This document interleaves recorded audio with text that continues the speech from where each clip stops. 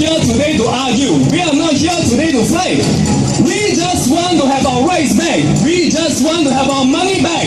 The PAP only gives us a holding park to protest. Where else can we go? If they want to hold another event here, we welcome them. We want to share the space.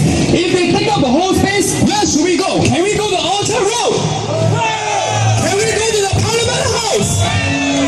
We are not selfish people. We are not like the PAP. We want to help the poor. We want to help the elderly. We want to help all the people here.